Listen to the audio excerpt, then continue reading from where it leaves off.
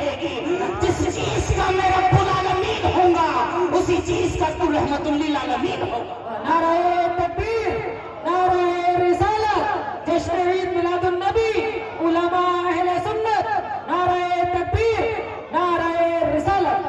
سبحان اللہ. تم میرے محبوب ہو اور محبوب کسی کو دیا نہیں جاتا ہے. توجہ کریں، توجہ ہے. پیچھے والے بولیں، ذرا بولیں تڑپ کے.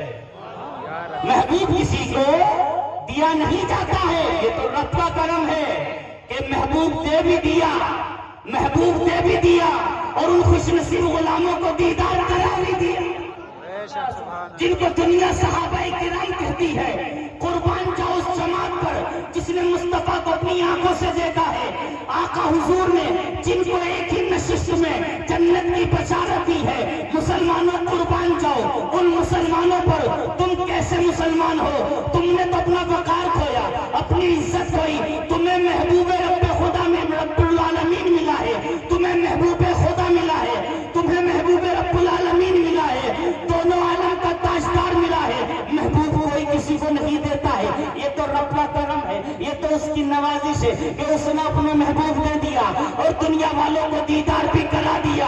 اور انشاءاللہ مرنے کے بعد ہمارا ایمان بولتا ہے مصطفیٰ قبر میں آتے ہیں لیکن دیدار سب کو نہیں کراتے ہیں. لیکن الحمدللہ اگر تم سچے مسلمان ہو ان کی غلامی کا پٹا دنیا سے ڈال کر اگر قبر میں جاؤ گے تو مصطفیٰ جل بھی اگر بھی ہوں گے اور اپنے رخ انور سے پردہ ہٹا کر تمہیں دیدار سے فیضیاب. یہاں نہیں تو کیا ہوا؟ ہمیں تو خواہش ہے کہ کب اس دنیا کے جھگڑوں سے نکلیں اور قبر میں پہنچے اور اپنے محبوب خدا کا دیدار کریں. ارے ان کے صدقہ میں وقار ملا ہے. پوری بستی سو رہی ہوگی، کوئی چوراہوں پر کھڑے ہوئے مزے لے رہا ہے، کوئی گانے سن رہا ہوگا، کوئی فلم دیکھ رہا ہوگا. یہ مصطفیٰ کی عطا ہی تو ہے جو ہم تم یہاں جلوہ گر ہیں. کتنے نرم نرم اور گرم گرم بستروں کے مزے لے رہے ہوں گے. یہ کمال میرا اور تیرا نہیں کہ یہاں آ گئے. یہ کمال امام صاحب قبلہ کا نہیں کہ انہوں نے ہمیں بلایا اور ہم حاضر ہو گئے. نہیں، یہ کمال تو مدینے والے مصطفیٰ کیا ہے. انہوں نے آج چن لیا اور میرے غلاموں تمہیں میرا ذکر کرنا ہے، تمہیں میری نعت پڑھنی ہے، تمہیں قوم کو میرا وہ پیغام دینا ہے جو 1400 سال پہلے میں نے دیا تھا، جس کے لیے خدا نے مجھے بھیجا تھا. آج تمہیں وہ دینا ہے، وہ سننا ہے، وہ پڑھنا ہے، وہ لینا ہے. مسلمانوں اپنی قسمت پر ناز کرو کیونکہ اللہ کا ذکر وہی کرتا ہے جس پہ خدا کرم فرماتا ہے. رسول کی محفل میں وہی آتا ہے جس کو حضور بلاتے ہیں. ورنہ دنیا کے اندر بڑے بڑے امیر پیدا ہوئے، بڑے بڑے ماسٹر پیدا ہوئے، بڑے بڑے فقیر پیدا ہوئے، بڑے بڑے علم و ہنر کے مالک پیدا ہوئے، لیکن اللہ اور رسول کا ذکر کرنے کی توفیق ہر ایک کو میسر نہ ہو سکی. یہ تو رسول اعظم کا صدقہ ہے. کسی سے حضور نعرہ لگوا رہے ہیں، کسی سے نعت پڑھوا رہے ہیں، کسی سے قرآن پڑھوا رہے ہیں، کسی سے حدیث پڑھوا رہے ہیں. تم اپنی قسمت پہ ناز کرو. تم پڑھنا اگرچہ نہیں جانتے ہو لیکن اللہ نے کان دیے ہیں، سننا ضرور جانتے ہو، آنا ضرور جانتے ہو، بیٹھنا ضرور جانتے ہو. اس محفل میں بیٹھو گے دین کی بات سیکھو گے.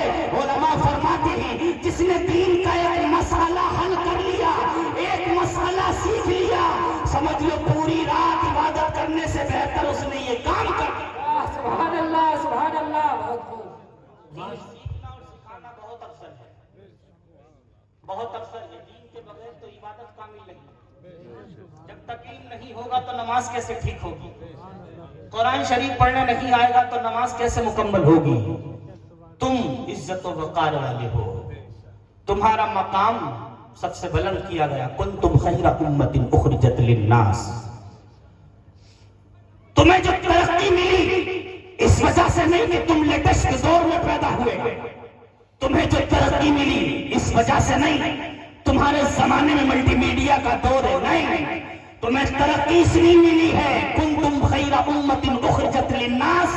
تم بہتر امت ہو، تم امت بہتر ہو جن کے ہاتھوں سے اللہ کے نبی حضرت دانیال نے دفن ہونے کی تمنا کی تھی. اے اللہ مجھے موت دینا چاہے جب چاہے دے دے، لیکن دفن ہونا چاہتا ہوں تو محمد عربی کے غلاموں کے ہاتھوں سے ہونا۔ سبحان اللہ سبحان اللہ۔ انتقال کر گئے، زمانہ گزر گیا، لیکن دفن ان کی امت نہ کر سکی، ان کے چاہنے والے نہ کر سکے، ان کا کلمہ پڑھنے والے نہ کر سکے۔ رب سے مانگا، رب نے دیا بھی، محفوظ بھی رکھا۔ لوگ کہتے اللہ والے مٹ گئے، ارے یہ دیکھو دانیال سلامت ہے۔ حضرت دانیال کو موسیٰ اشعری رحمت اللہ تعالیٰ علیہ اپنے ہاتھوں سے جب قلعہ دستور کو فتح کرتے ہیں، اس میں آپ کا تابوت ملتا ہے اور آپ اس کو دفن کرتے ہیں، لیکن اس تابوت میں ایک نصیحت تھی، مجھے وہ شخص دفن کرے جو محمد عربی کا امتی ہو، جو محمد عربی کا کلمہ پڑھنے والا ہو، جو ان کا غلام ہو۔ ارے تمہارے ہاتھوں تو دفن ہونے کے لیے نبیوں نے خواہش کی ہے، اس امت میں آنے کے لیے نبیوں نے خواہش کی ہے۔ تم پوری زندگی بھی سجدے کر کر کے اپنے رب کا اگر شکر ادا کرنا چاہو گے تو شکر ادا نہیں کر سکتے، بس اتنا کہتے رہو اے رب ہم عبادت کو نہیں کر سکتے جیسا کرنے کا حق ہے، ہم نماز ایسی نہیں پڑھ سکتے جیسا پڑھنے کا حق ہے، ہم تجھے ایسے نہیں منا سکتے جیسا منانے کا حق ہے۔ بس وہ کہو جو بریلی کی چٹائی پر بیٹھ کر میرا ایمان کہتا ہے، انہیں جانا انہیں مانا، نہ رکھا غیر سے کام، للہ الحمد میں دنیا سے مسلمان۔ نعرہ تکبیر، نعرہ رسالت، مسلک اعلی حضرت علماء اہل سنت عرس شیر علی شاہ میاں، نعرہ تکبیر، نعرہ رسالت۔ ان کی غلامی مل گئی، ان کے نام پہ زندگی گزر گئی، تو یہ سب سے بڑی چیز ہے۔ آج آپ نیکی اکٹھی کہاں سے کر رہے ہیں؟ غور کریں، نمازیں ہم نہیں پڑھتے ہیں، چہرے پر حضور کی سنت ہم نہیں سجاتے ہیں، جو مسلمان کا شعار ہے، مسلمان کی پہچان ہے۔ مسلمانوں کے چہروں پہ داڑھی نہیں، بڑے افسوس کی بات ہے، مسلمانوں کے دل میں قرآن نہیں۔ مسلمان چوراہوں پر بیٹھنا پسند کرتا ہے، لیکن نبی کی محفل میں آنا پسند نہیں کرتا۔ اس کے باوجود امید یہ ہے کہ رحمت اترے، رحمتوں کی بارشیں ہوں۔ بارش نہیں ہوئی، ٹھنڈ نہیں پڑی، نظام بگڑ رہا ہے۔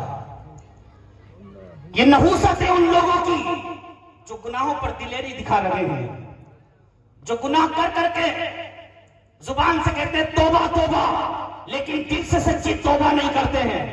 یاد رکھو، آج علماء کرام مسجدوں کے منبر سے تمہیں سمجھا رہے ہیں، رسول اعظم کی محفلوں میں تمہیں سمجھا رہے ہیں، جگہ جگہ علماء کرام تقریر کر کر کے تمہیں باز و نصیحت سنا رہے ہیں، اسلام کا پیغام دے رہے ہیں، اسلام کی طرف بلا رہے ہیں۔ تمہیں سب کچھ معلوم ہے، آج تمہیں خود کچھ نہیں کرنا پڑ رہا ہے، تمہیں تلوار اٹھانے کی ضرورت نہیں ہے، دور تلوار اٹھانے کا نہیں ہے۔ ہم جمہوری ملک میں رہتے ہیں، ہماری غیر مسلموں سے صلح ہے، یہاں تلوار اٹھانے کی ضرورت نہیں ہے، یہاں تو پیاری پیاری زبان اٹھانے کی ضرورت ہے۔ تو آج بھی میرے مصطفیٰ کا کردار اپنا کے دیکھ، تو میرے نبی کے جلوے پکھیر کے تو دیکھ، دنیا تیرے نبی کے ایمان کو اسلام کو قبول نہ کر دے تو کہہ دینا، تو میرے نبی کا اخلاق اپنا کر تو دیکھ۔ اسی اخلاق کو ایران کی دھرتی پہ حضرت سعد بن نبی وقاص نے جب مصطفیٰ کے جلووں کو دکھایا ہے، مصطفیٰ کے کردار کو دکھایا، مصطفیٰ کے کلچر کو دکھایا، تو 6 لاکھ یہودی ایران کے اندر رہنے والے جن کی رات و دن پلاننگ پہ پلاننگ تھی، اسلام کو مٹایا جائے، اسلام کو ختم کیا جائے، اسلام کی نشانیوں کو مٹایا جائے، لیکن جب مصطفیٰ کا وفادار پہنچا، مصطفیٰ کا غلام پہنچا، سعد بن نبی وقاص پہنچا، تو دنیا کے والوں کو بتا دیا، او ایرانیوں، ہم ایران کی دھرتی پر ایران کا کلچر لینے نہیں، ایران کی تہذیب لینے نہیں، ایران کا اسٹائل لینے نہیں، ایران کا انداز لینے نہیں، بلکہ ایران والوں کو مدینے والے کا انداز دینے کے لیے آئے ہیں۔ اب یہاں سکہ چلے گا تو محمد عربی کے نام کا سکہ چلے گا، اب یہاں بسیں گے تو مسلمان بسیں گے، کلمہ پڑھنے والے بسیں گے۔ کہا کیسے؟ تم تو اکیلے ہو، یہ 6 لاکھ ہیں۔ کہا ہم سر پہ کفن باندھ کے چلا کرتے ہیں، موت کی پرواہ نہیں کرتے ہیں۔ کہا تمہاری پوٹلیاں بنا دیں گے، تمہاری پوٹلیوں کا قیمہ کر کے رکھ دیں گے۔ کہا جس نے محمد عربی کا کلمہ پڑھا ہے اس نے جان تو پہلے ہی قبول کر لی ہے، اگر مصطفیٰ کے نام پہ ہی موت آ جائے تو اس سے بڑی ایمان کی دولت اور کیا ہو سکتی ہے؟ اے لوگوں،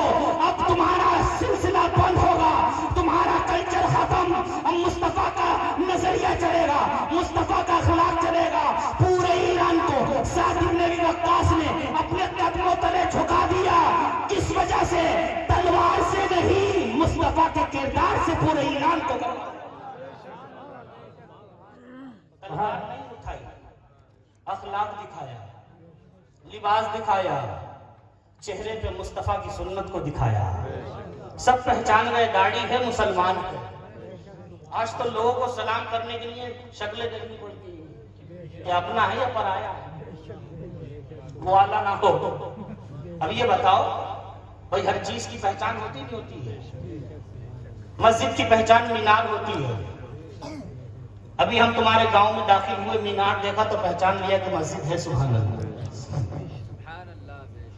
اگر مینار مسجد پہ نہ ہو تو وہ دور سے گھڑی لگے، جب اس کے اندر جاؤ جبھی تو معلوم ہوگا یہ مسجد ہے.